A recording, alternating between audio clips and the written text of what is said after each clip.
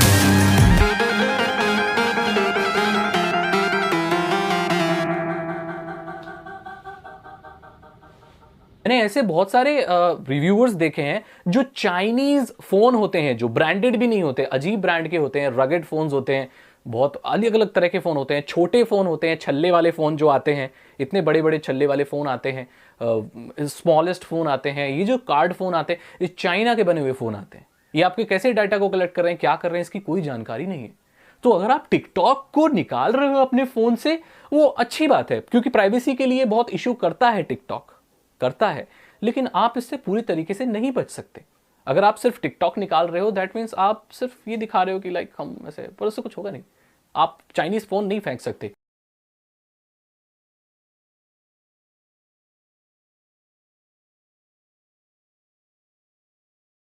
आज हम बात करने वाले इस वीडियो में फिर से टिकटॉक के बारे में, और मैं बताऊंगा कि टिकटॉक के ऊपर क्या आरोप लगा है।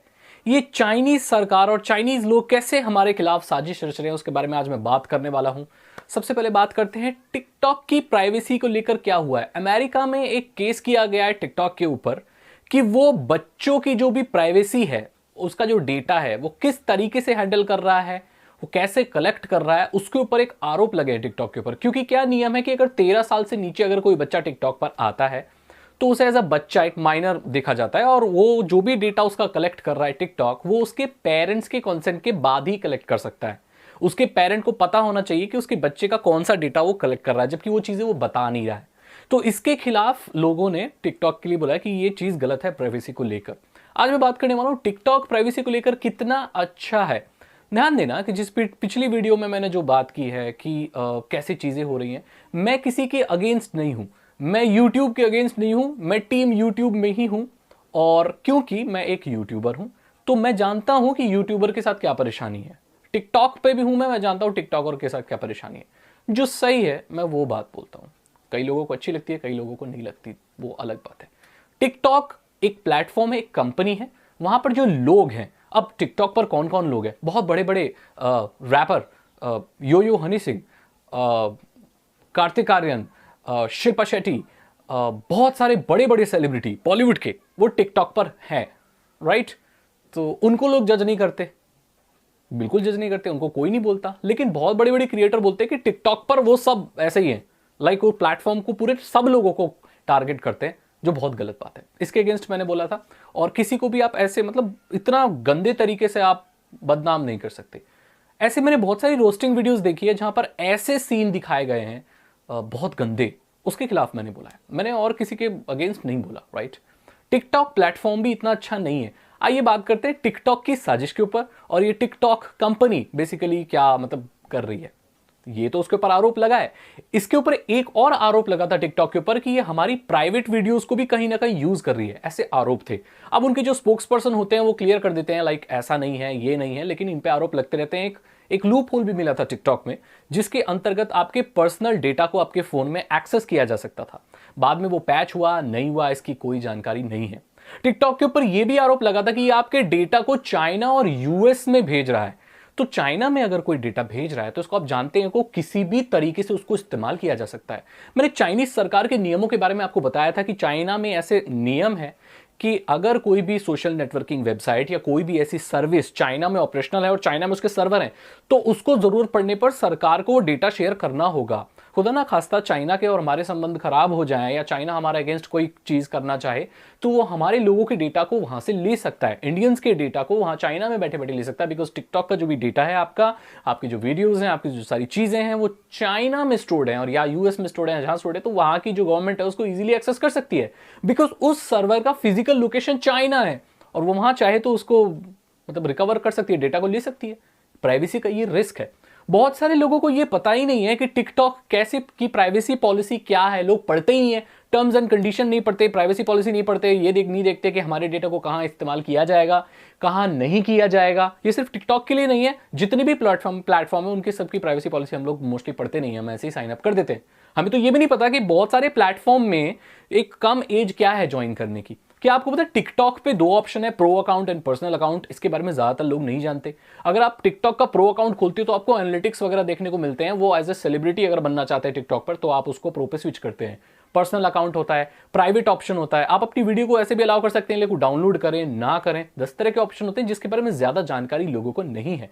टिकटॉक पर आना बहुत आसान है। टिकटॉक को बस डाउनलोड करो और यूज करना शुरू कर दो। वीडियोस देखने के लिए तो आपको साइन इन भी नहीं करना पड़ता, और अगर आपको अकाउंट बनाना तो बहुत इजीली बन जाता है, यूजर नेम वगैरह भी सिलेक्ट करना नहीं पड़ता, अपने आप वो कोई भी यूजर नेम असाइन कर देता है। तो प्राइवेसी को लेके ये प्रॉब्लम है।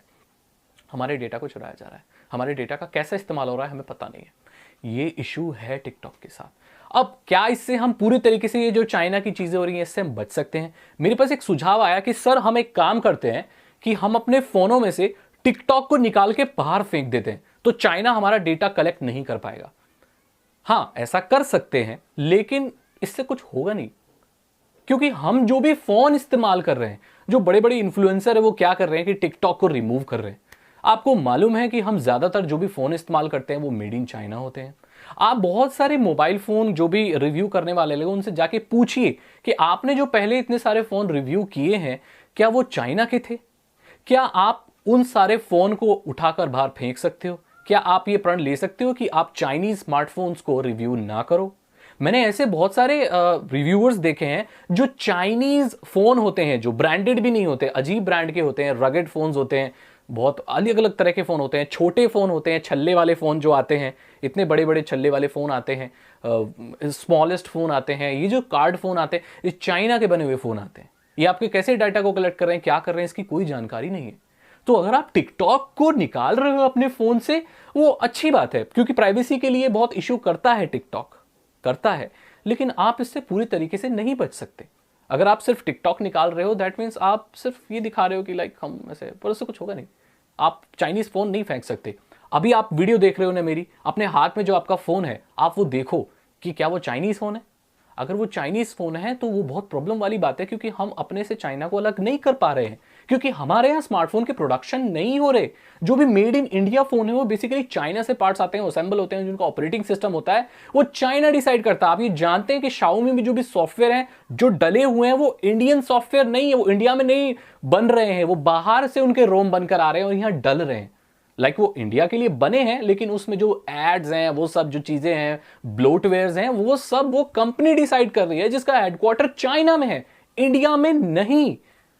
इंडिया में सिर्फ उसकी मार्केटिंग की इन सब चीजों के डिसीजन होते हैं। जो भी बड़े ओएस वगैरह ये सारी जो चीजें बन के आती हैं वो बाहर से चाइना से बन के आती हैं। सो ये प्रॉब्लम है, आप इसको समझिए। मैं किसी भी प्लेटफॉर्म की फेवर नहीं करता, जो सच बात है वो मैं सच बोलता हूं। अब मुझसे सब बोलते हैं कि देखो ऐसा है कि यूट्यूब पर तो बहुत ऐसे ऐसे कंटेंट हैं जो चल रहे हैं। मैं समझता हूं, क्योंकि इस चीज से मैं भी फेस कर चुका हूं। यूट्यूब ने मेरी बहुत वीडियोस डिलीट की हैं और मैं स्ट्राइक्स लेने में, ये सारी चीजों में तो मेरा नाम है भाई, मेरे को बहुत मिली है। मैं जानता इस चीज को, बहुत फ्रस्ट्रेशन होती है। मेरा सिर्फ कहना यह था कि आप किसी को ऐसे टारगेट मत करो उसके जेंडर, रिलीजन और इन सब चीजों पर। मैं एक की बात नहीं कर रहा हूं, मैं उन सारे बच्चों की बात कर रहा हूं जो इस रोस्ट को सुनकर वो सब काम करते हैं बिना सोचे समझे, किसी को कुछ भी बोलते हैं। मैं उनके बारे में बात कर रहा हूं, आप समझिए इस बात को। और टिकटॉक के ऊपर क्या आरोप है मैंने बता दिया। क्या टिकटॉक हटाने से फोन से कुछ हो सकता है? हाँ, अगर आप टिकटॉक इस्तेमाल नहीं करते और आपके फोन में ऐसे ही पड़ा हुआ है तो बिल्कुल आपको उसको रिमूव कर देना चाहिए। अगर आप टिकटॉक इस्तेमाल करते हो तो आपको फोन में रखना ही पड़ेगा, क्या कर सकते हैं। हाँ, टिकटॉक इस्तेमाल करके अपने डेटा को नहीं कहीं देना चाहते कुछ नहीं, तो आप परमिशंस वगैरह सेट कर सकते हो, परमिशन ऑफ कर सकते हो। उससे क्या होगा, आपके डेटा को वो एक्सेस नहीं कर पाएगा। आपका फाइल एक्सेस नहीं है, किसी भी एप्लीकेशन के पास अगर फाइल एक्सेस नहीं है तो आपके फोन में फाइल नहीं रीड कर पाता है। फॉर एग्जाम्पल मैं आपको समझाता हूँ, अगर आप अपने टिकटॉक से वीडियोस पोस्ट करते हैं तो उसके लिए एंड्रॉइड में आपको फाइल परमिशन उसको देनी पड़ती है, तभी वो फाइल एक्सेस करेगा। कुछ अपलोड करना है वहां तो ना, पहले से बनी हुई वीडियोस को, तो उसके पास फाइल एक्सेस है, तो वो आपके पर्सनल डेटा को इशू कर सकता है, उसको कलेक्ट कर सकता है, देख सकता है। अगर आप उसे ऑफ कर दोगे तो फाइल एक्सेस नहीं है, तो आपके जो पर्सनल डेटा फाइल मैनेजर से जो भी आ रहा है वो ले नहीं पाएगा। सो देखने के लिए अलग बात है, अगर आप वीडियो बना रहे हैं सारे एक्सेस दिए हुए, तब तो आपकी प्राइवेसी को तो इशू है। ये बात सच है। मैंने बता दिया आपको टिकटॉक प्लेटफॉर्म क्यों ठीक नहीं है, प्राइवेसी के लिए ठीक नहीं है। क्या हम इसको दूर रख सकते हैं? नहीं रख सकते। चाइना से हम बहुत नहीं हो सकते अलग। आत्मनिर्भरता की बात क्यों हो रही है? इसीलिए हो रही है क्योंकि हमें दूसरी कंपनियों, दूसरी कंट्री की चीजों पर डिपेंडेंट ना रहना पड़े। इंडिया में ऐसा कोई प्लेटफॉर्म जरूर बनना चाहिए जो कि टिकटॉक जैसा हो, उसके सारे सर्वर इंडिया वगैरह में हो और हमारे इंडिया के लिए बना हो, तब ज्यादा बेटर होगा। आई होप आप इस वीडियो को समझ पाए होंगे। अगर आपको ये वीडियो अच्छी लगी तो इसे लाइक करें, अपने दोस्तों के साथ शेयर करें। साइबर सिक्योरिटी और इथिकल हैकिंग में इंटरेस्टेड तो डिस्क्रिप्शन चेक करें। 299 रुपीज के 3 इथिकल हैकिंग कोर्सेज हैं जो कि साइबर सिक्योरिटी और इथिकल हैकिंग के बारे में आप